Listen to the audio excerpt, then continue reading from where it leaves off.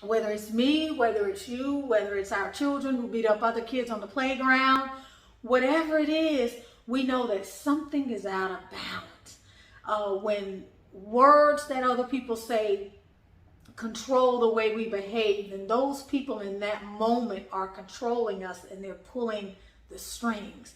And what we have to accept is that we all need to deal with those impulses within us that cause us not to be able to be in the moment. When we're in the moment, y'all, we're calm and we're relaxed and we can transcend a situation. We can have a bird's eye view. We can be that witness in awareness, and we can look down and we can say, okay, it's best to deal with it this way. We kind of have a little bit of a space, a gap between something that happens in our reaction time. And typically, I think most people, given that, the people who commit murders, the people who have a momentary, temporary insanity, I think most of us would agree. I think our lighting is jacked up, y'all. Sorry about that. Most people would agree that if we had that moment in there to see ourselves from an objective standpoint, we probably would have responded differently. But there's a lot that's going on when something escalates and it gets to a level where we react. But usually, at the end of the day, the majority of us don't feel always good about that. We can always think of potentially another way that we could have handled a situation that could have possibly left us intact and left other people intact.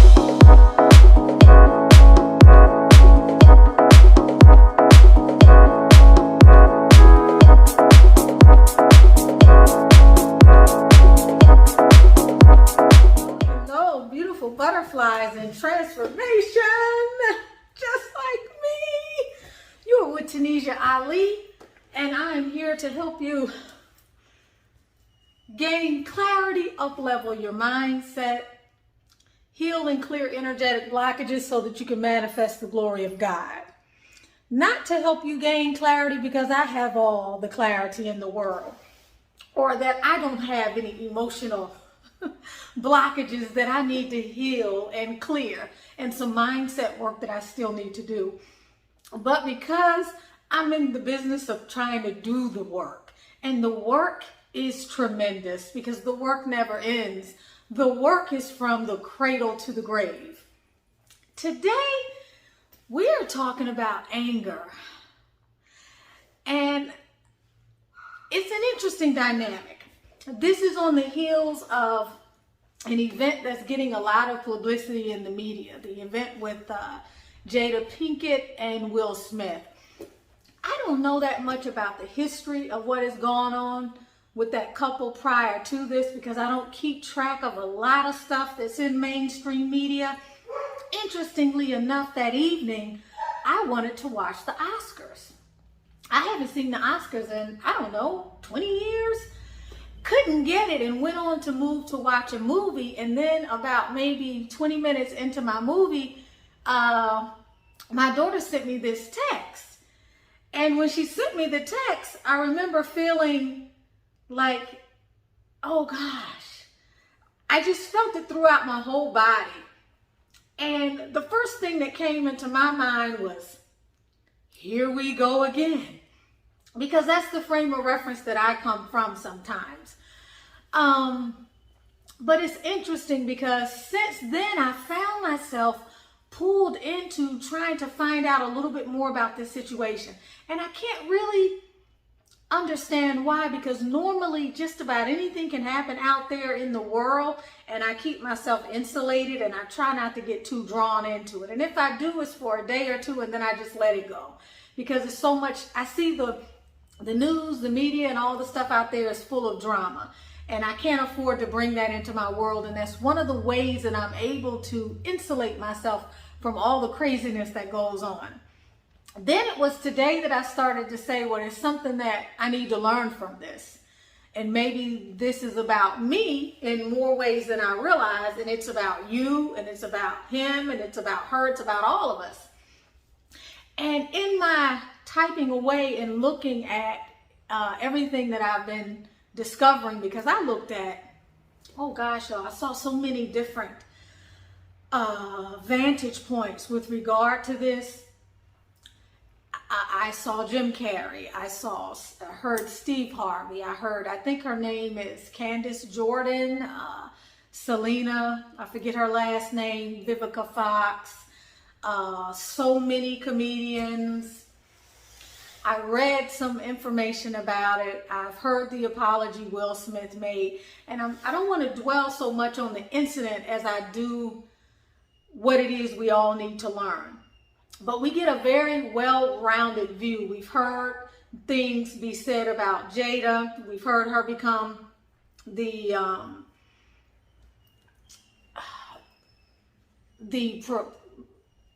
one that provoked this. We hear people calling her a narcissist.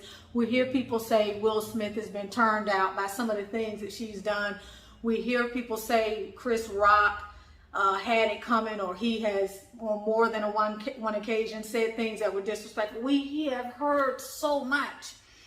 And when I recall my own reaction to the situation, my first reaction was grave disappointment. And I couldn't believe that something like this could happen, and how could he let this happen? We know that when you get to a certain level, you have to know that to whom much is given, much is required. And there's a tremendous responsibility. Sometimes you're called to be superhuman, and that's not fair. But sometimes so much is at stake, because unfortunately, you didn't get to choose to be a role model, but people tend to look up to you and they put you on this pedestal, even if what you do is not worthy of being put on that type of pedestal. Because these are entertainers. These are people who are not perfect. We have no business as a society looking up to these people anyway. I think it's something that Ralph Smart, breathing in that good ass frowner. Shout out to Ralph Smart. He always says, and I forget whose quote it is, but he says something like, it's no measure of good health to be, no, there's no measure of, adjustment to be profoundly adjusted to, or it's no measure of good health to be profoundly adjusted to whatever is going on in a sick society. I don't know if I might have totally jacked it up. Please forgive me. But what he's saying is, when I look at this situation, is it doesn't look good upon us that we spend so much time putting these folks on pedestals, that when they fall from grace, we actually feel some kind of way, and we're actually surprised, when in fact, who it is, first of all, we shouldn't be putting anyone on a pedestal, because we're all human. We make mistakes. You've made them, I've made them. All of us have done things that we are not proud of. So that's the first mistake. But then to put certain types of people who are in the entertainment industry, who fight bigger devils and demons and dragons on a scale, maybe not bigger ones, but on a scale greater than most of us do in our day-to-day life, and many of them are not winning the battle, but everything is being broadcast in the media, that's problematic, because we are putting faith in them. We are judging them. We are looking up to them in many cases, and we are giving them our accolades when we don't even know if what these people represent is even in alignment with who we really are, or when we do know that what they represent may not be in alignment with who we really are, we still straddle the fence. So there's so much to be said about that. But my reaction initially was, wow, like, how could he do that? And the first thing I thought about was Chris Rock. And the first thing I said to myself was, gosh, Chris Rock, like, he has to be totally humiliated. I said so many things. I was like, wow, he didn't even punch him, he slapped him. Then I thought, wow, he had to continue on with the show. Then I thought, okay, as if that wasn't bad enough, why did Will continue to shout those things once he sat down? Like, there's supposed to be some time to diffuse from the time you walk up there. And I would have thought Chris Rock would have seen it coming. I too was one of the ones that thought, why didn't he duck? He saw him coming. Why didn't he just, but that's not the issue. And then I remember thinking, I have a lot of thoughts going through my mind. And I remember thinking, on the way back, he had a chance to calm down. Then he still had to go on. And then I remember saying, and this I feel strongly about, if he did that and he was motivated by protecting his wife and he loved her enough, regardless of what we think love is and whether that's healthy or toxic, he stepped out and he put himself on the line and risked everything potentially that he might have been building, depending upon where you sit, for her. No matter how upset you get, I can't think of too many women who allow their husbands to get into a fight or to get into a situation that could cause them a great amount of humiliation or even harm or being taken to jail without saying, babe, please stop, calm down. So my thought also went to, she as his wife has a duty to protect him as much as he has a duty to protect her. And the way we do that can be debated, but I thought most women might have said, honey, please just calm down, you know, or grabbed him. I probably would have chased my husband. I probably would have ran and said, baby, wait a minute, let me finish. But I thought that's probably a kind of a natural reaction because you know he's up for something that you complained about, from what I understand, not enough black people being in the Oscars. He's finally made it when he didn't make it previous to. This is his moment. He's a good guy for all intents and purposes for what we can see on the outside and the way he presents himself. He seems like a civilized, decent individual. So you would think, why didn't she stop him? It's not about her. I'm not saying it's about her, but that's where my mind went. Ultimately, though, I think what it calls us all to do is to stop in our tracks. Once we stop judging, once we stop trying to figure out what this was really about, what anger in him was really coming up, because I believe it was Howard Stern who said he had a mental illness. Many other people are saying this was a culmination of a lot of things that have emasculated him, and finally he just kind of let loose. There's a lot to be said and none of us really know. All we can do is prognosticate. All we can do is speculate. We don't know what's really going on between those two, and we don't know what's going on within Will. All we can deal with is that when someone lets loose anger like that, whether it's me, whether it's you, whether it's our children who beat up other kids on the playground, whatever it is, we know that something is out of balance. When words that other people say control the way we behave, and those people in that moment are controlling us and they're pulling the strings. And what we have to accept is that we all need to deal with those impulses within us that cause us not to be able to be in the moment.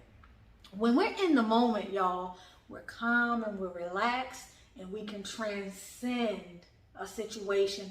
We can have a bird's eye view. We can be that witness in awareness, and we can look down and we can say, okay, it's best to deal with it this way. We kind of have a little bit of a space, a gap between something that happens in our reaction time. And typically, I think most people, given that, the people who commit murders, the people who have a momentary, temporary insanity, I think most of us would agree. The lighting is jacked up, y'all. Sorry about that. Most people would agree that if we had that moment in there to see ourselves from an objective standpoint, we probably would have responded differently. But there's a lot that's going on when something escalates and it gets to a level where we react. But usually, at the end of the day, the majority of us don't feel always good about that. We can always think of potentially another way that we could have handled a situation that could have possibly left us intact and left other people intact. Will Smith probably does not hate Chris Rock. Will Smith probably, under different circumstances, would not have responded like that. When we look at the situations in which we are reactive and we respond, it never brings anything good. I can't think of one time when I lost my temper that it brought something good. I remember back in the day, because I was born with a temper. I got that from my father. And I saw things growing up that were inappropriate. I was not taught how to manage my anger that developed as a result of some of the things that happened in my home. And so I had a way of responding to situations that was like what I saw growing up.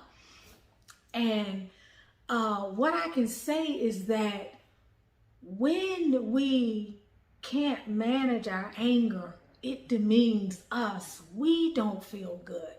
Whether it's anger, whether it's saying something without thinking first, whether it's being reactionary, we don't feel good about it. And we all have to find better ways to manage the emotional state that drives us and causes us to, on an impulse or in a very reactionary way, say something, whether it's to someone we love or whether it's to someone in the street that has grave consequences. We have to stop and wait, take a breather, and we have to think about it, and we have to transcend the situation. I can remember times in the past, way in the past, thank goodness I'm not at that level, anywhere near that anymore. But there are times where I deal with situations that really test me. And I stop and I think back later, did you really have to handle it that way? Well, where is that moment in between where you may not be going off the deep end like you used to in the past, but you may have a thought or you may say something that didn't have to come out that way, or you didn't have to think that in that moment. You needed to stop and look at things from varying points of view. Because I would argue that when we lose our temper or when we fail to react a certain way, part of what happens is the emotionalism of something that can be very triggering causes us to lose our ability to see a situation clearly. When we lose our ability to see a situation clearly, we become unable to see that there's a better alternative. We become unable to stop the flood of emotions that are dying for a release, which oftentimes gives us ego gratification. It makes us feel good in the moment, but after that, it ends up demeaning us. It ends up not making us feel good, because the bottom line, when you look at this from a spiritual perspective, is that we lose the ability to transcend a situation, to separate the situation from our ego, and to respond using the God-given sense that we have.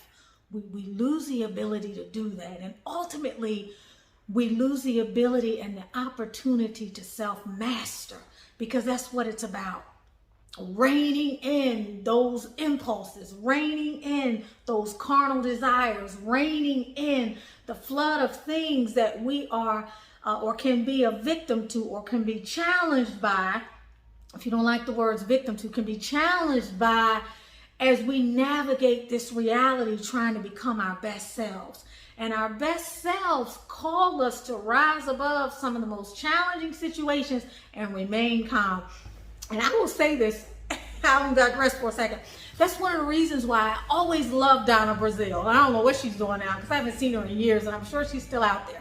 Always loved Donna Brazile, because no matter what Donna Brazile was taking on, or who she was talking to, or what it was she was pinging about in that political arena, no matter what she said, she never allowed the emotionalism, which many, I believe, all people deal with emotionalism, but I believe African Americans, people that are made in America, we have particular challenges that are DNA genetically encoded because of the trauma that we have been through in this country and the DNA ramifications of that. I believe we have some predispositions to some of the, in other words, let me put it like this. You cannot deny the post-traumatic, I think it's slave stress syndrome that we deal with.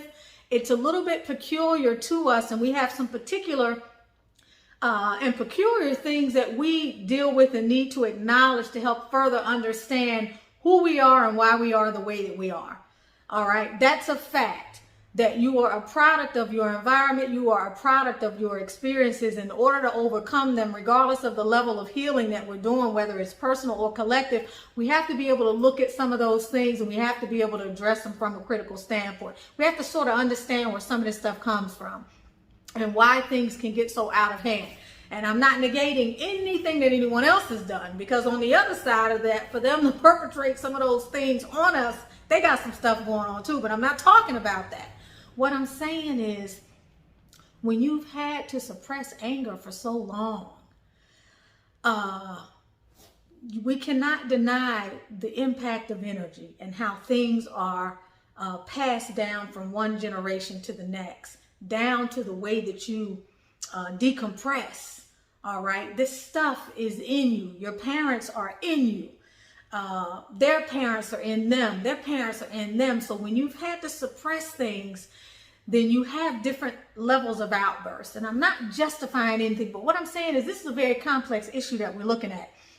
At the end of the day, though, we all have to ask ourselves, where in our lives can we do a better job navigating our emotional terrain? And where in our lives has the sanctuary of a situation been violated when it could have been avoided had we addressed a situation a little bit differently? And how can we find more priority for creating the space that's needed to evaluate a situation? Because it's like the saying you've heard a million times: you can't solve a problem at the level of a problem. Two wrongs don't make a right. Like, because someone comes at you one way doesn't mean you got to go at them the other way. There's so many other ways. It's like we used to say, people who use profanity all the time, it's because we used to say they're not intelligent enough to come up with something articulate that they can say. You can whip a person with words, and you never have to raise your voice. You never have to yell. You never have to shut them down and cut them off. Because that went on a lot in my family. People were shut down and cut off and not listened to and not heard. And you don't have to do that. You don't have to have people agree with you. You don't have to have a clone.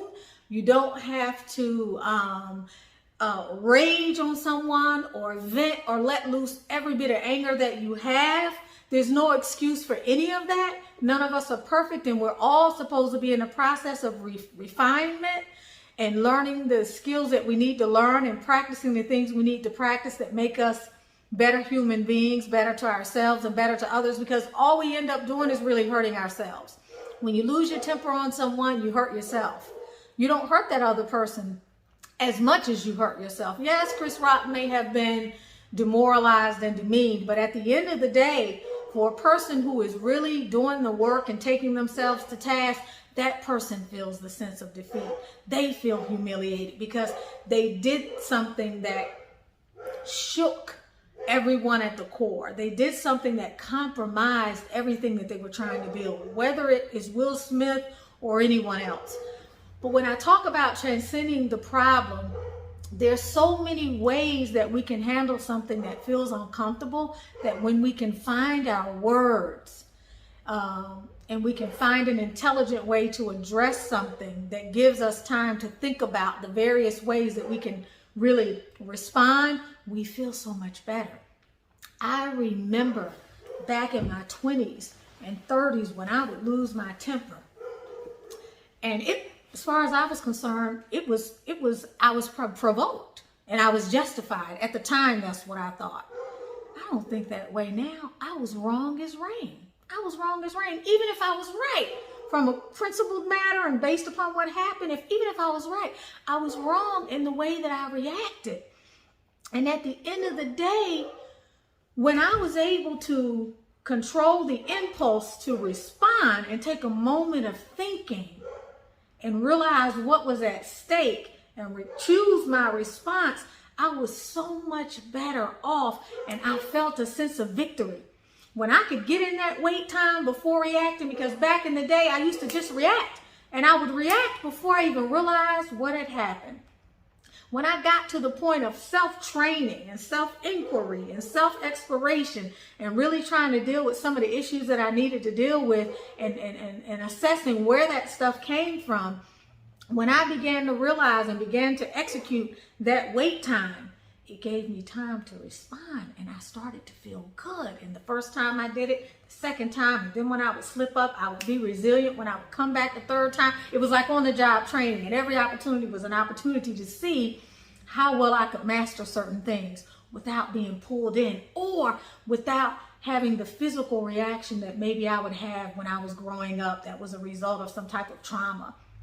And my heart would start to race, and I would start to feel flustered, and I would respond a certain way because something was going on. That was my inner experience, and the outer experience that I was dealing with may not have warranted that. So that was something that I had to deal with. But it doesn't matter if it's anger. We're talking about anger right now, but it doesn't matter if it's anger, if it's shooting off at the mouth, if it's criticizing someone, if it's shutting someone down. We have a duty to communicate. When we're talking about the work that we do, whether it's in a marriage, a relationship, a friendship, or whatever else, the greatest thing that we can do is to learn how to communicate effectively. That's the best favor that we can do for anyone, especially ourselves. And you will begin to find that when you begin to communicate a certain way, it requires that you treat people differently. And although you may have your slip-ups, and you may be in situations where it may be more challenging for you, and you may fall sometimes and you get back up, but when you begin to do that, you are the victor, and the people around you whose sanctuary you maintain, whose integrity remains intact, it's important. And that is the real triumph, is to learn how to deal with issues around communication that test us.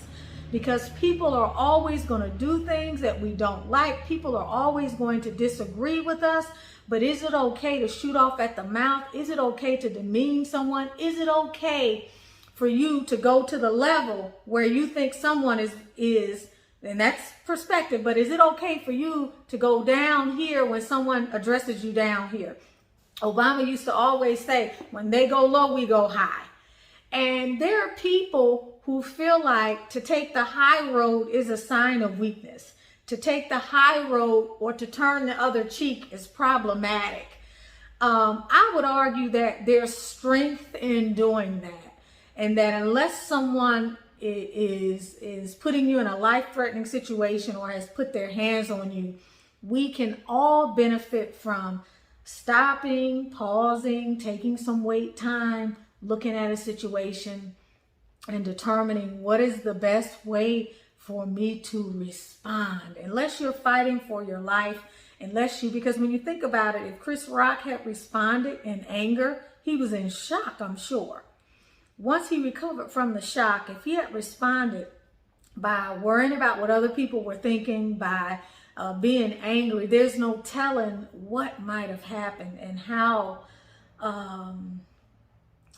just the debacle, all of the negativity that could have come about as a result of this. So this is not so much an opinion on what happened, because there's always multiple sides to a story. What I do want you to take away from this video, though, is where in our lives can we begin to be more of a master to how it is we respond to a situation, and how often do you find yourself jumping to a conclusion, getting animated by something, losing your temper, saying something that you don't mean or would not have said in a different situation. And what can you do to be a better communicator? Because when you're a better communicator, it's going to help you. It's going to help the people around you. It's going to give you greater peace. Like, this whole life journey is about self-mastery. That's a part of the worship. Really coming to know self, coming to do the work that we have to do to live the best lives that we can live. And when you get to a place to where you are able to maintain that internal equilibrium, all right, and you're able to maintain that sense of internal peace, it doesn't matter what's going on around you. You're going to always be able to fall back into that place. You're going to always be the winner, because nothing should be able to disturb our peace of mind and cause us to compromise something that we've been building. Whether you're trying to build your peace, whether you're trying to build patience, whether you're trying to build your career or whatever else, anytime something can come in from the outside and cause you in a moment to be triggered to the point to where everything is jeopardized, we have to look at that. And when we say everything is jeopardized, that could be someone's self-esteem. It could be something you say to your child that traumatizes them. It could be raising your hand to someone that traumatizes them. It could be calling someone a name or saying something out of impatience that just wasn't necessary. We have a duty to be humane to one another. We also have a duty to whom much is given, much is required, to go the extra mile, to give the extra patience, to give the extra wait time to a situation that we may be challenged by. So I'd like you to share your comments and, anything else that you would like to say that speaks to the ways that we can be challenged and perhaps put a different view to the situation that has happened, that is being talked about so much, but a view that allows you to look at the situation and see what can be learned in your own personal life and maybe in the life of someone else. It could be a situation of regret. It could be something maybe that you lost. It could be something that you thought about, an insight that you had, something that you learned. Because at the end of the day, that situation is a lesson. It's a lesson for that family. It's a lesson for everyone who sat there and did something or didn't do anything. It's a lesson for what ego can do to take us down the wrong path, because we always say the road to hell was paved with good intentions, and usually all of us have good intentions, but sometimes that's not the way it ends up. But it's a lesson in our lives of what the areas are that we need to work on as it relates to self-mastery. And how can you somehow see yourself, albeit maybe not quite like that, or maybe worse than that, how you can see yourself in that situation and what you can learn, what can be gained in terms of a lesson from that situation. So you're with Tanisha Ali, helping you to gain clarity, up-level your mindset, clear and heal energetic blockages so you can manifest the glory of God within you. Just want you to express not so much your opinion on the situation in defense of either of those people necessarily, but in some way how this can shine a light on maybe something you need to see in your own life, because we see ourselves in other people all the time, or we have the opportunity to see ourselves in other people all the time by way of learning from some of the things that other people act out of or enact or interact before. So this is a very interesting situation to kind of reflect on, and it definitely has me doing a lot of thinking, and I'd love to know what you think and perhaps maybe what you've learned from this situation. It can be from any end of the spectrum. Thank you so much. I love you. I love you. I love you. Have a beautiful day. Have a beautiful life. And don't forget to come back to the channel. Don't forget to like, share, and subscribe and comment. Bye-bye.